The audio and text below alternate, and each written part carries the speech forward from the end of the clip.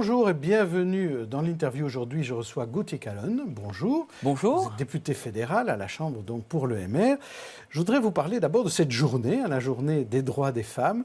D'abord, est-ce qu'un homme se sent aussi interpellé par la journée des droits des femmes que les femmes, justement ? La journée des droits des femmes, il faut avant tout dire que c'est un symbole, parce que finalement, les droits des femmes, ils doivent être défendus tout au long de l'année, et ils ne doivent pas être défendus seulement par les femmes, mais aussi par les hommes. Moi, en tant que libéral, c'est la question de l'égalité entre hommes et femmes, la question de la liberté, sont des questions et des valeurs qui sont importantes pour moi, et je pense qu'effectivement, les hommes comme les femmes doivent se battre pour plus d'égalité, parce qu'on constate que même si des progrès significatifs ont été faits ces dernières décennies, eh bien, il y a encore du travail à faire pour arriver à résorber finalement l'écart qui peut encore exister entre hommes et femmes. Qu'est-ce qu'il faudrait faire, par exemple ? Qu'est-ce que le gouvernement que vous soutenez devrait faire rapidement dans ce cadre ? Je parlais d'écart, mais on peut penser notamment à l'écart salarial qui existe encore, même si dans notre pays, il est inférieur à ce qui peut exister au niveau des moyennes. J'entendais à la radio tout à l'heure que la moyenne au niveau mondial, c'est 23% d'écart entre le travail des hommes et le travail des femmes. En Belgique,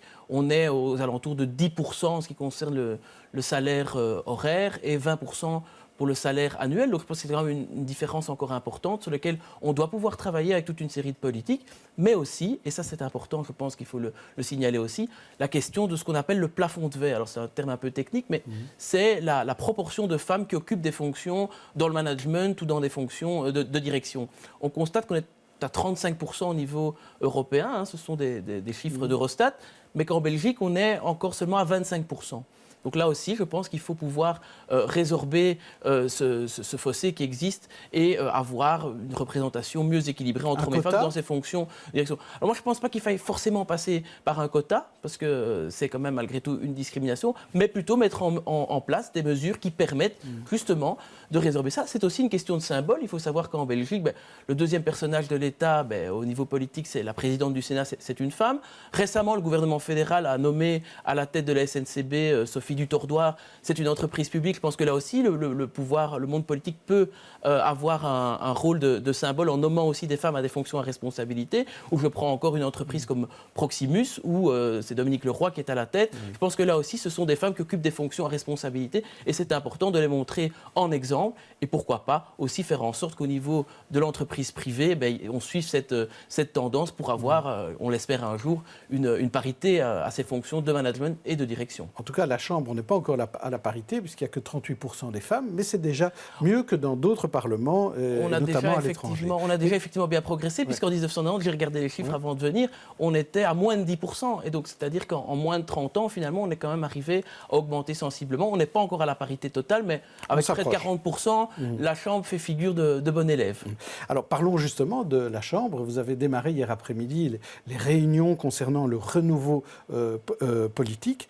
Mais non, attendez, il y a évidemment un sujet important que je voulais traiter avec vous.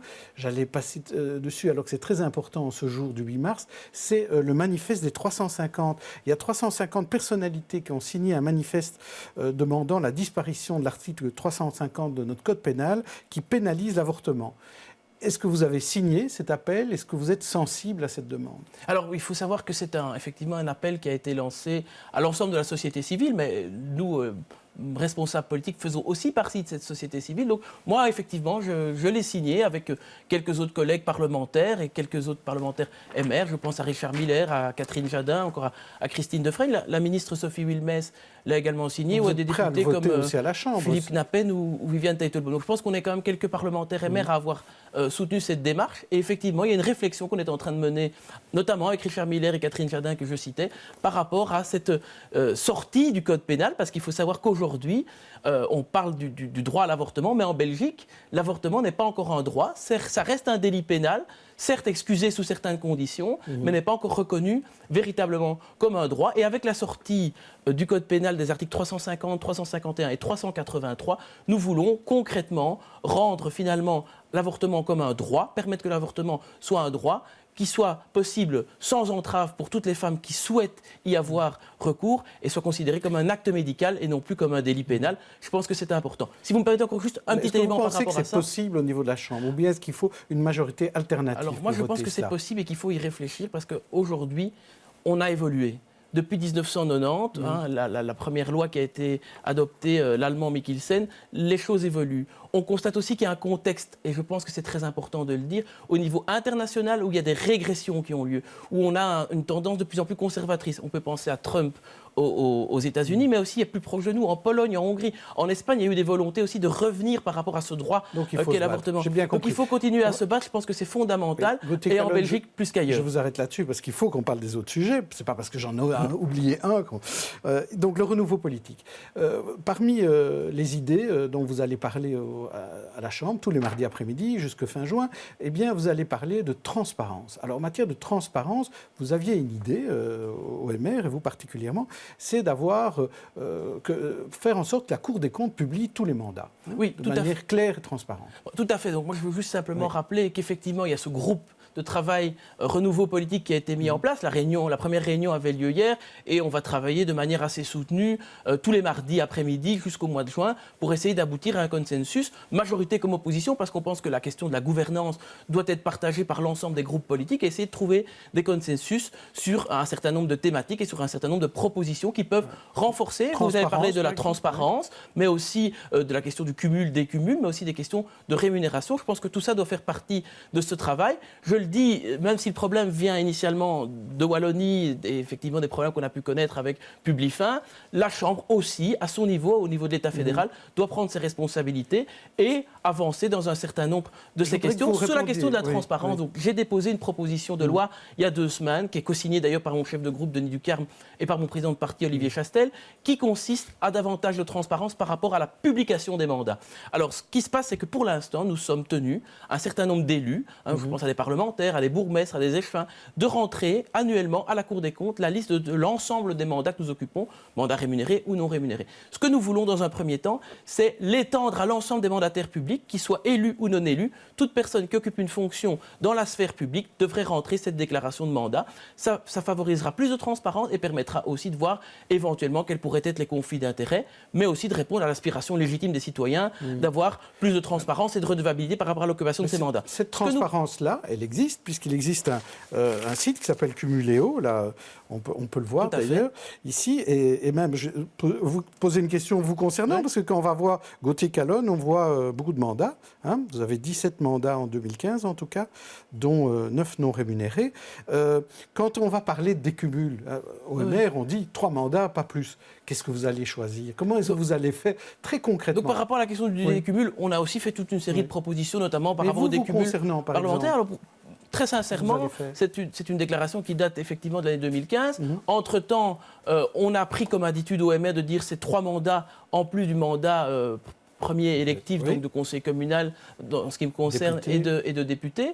Et donc effectivement, il est important qu'on respecte cette limite de 3 mandats en interne. C'est une règle interne et qui n'est pas encore transposée sur le plan législatif. Et donc effectivement, moi j'ai déjà renoncé à des mandats en devenant parlementaire. Je me suis rendu compte qu'effectivement, c'était pas toujours évident d'avoir c'était des mandats que j'occupais quand j'étais pas encore entré à la Chambre des représentants sur le plan local et de permettre aussi à plus de personnes de pouvoir participer à cette gestion publique. Je pense que c'est aussi ça ne vous pose pas de problème de dire je vais perdre peut-être un peu de pouvoir quelque part parce que j'aurai moins de mandats? Je pense que non, pas du tout. Au contraire, on est aussi dans une période où on attend plus de transparence, mais aussi une meilleure utilisation du temps et de la répartition du temps et des fonctions qu'on occupe. Et donc, je pense que c'est important. Et en ce qui me concerne, j'ai déjà fait le travail. Je pense que d'autres le font aussi dans les communes. Et pour prendre un exemple au niveau communal, puisque ce sont essentiellement des mandats au niveau communaux, nous avons déposé une proposition au prochain conseil communal, que nous espérons soutenu par l'ensemble du conseil communal, où on demande qu'un cadastre, un peu comme nous voulons le faire au niveau de la Chambre des représentants, mais qu'un cadastre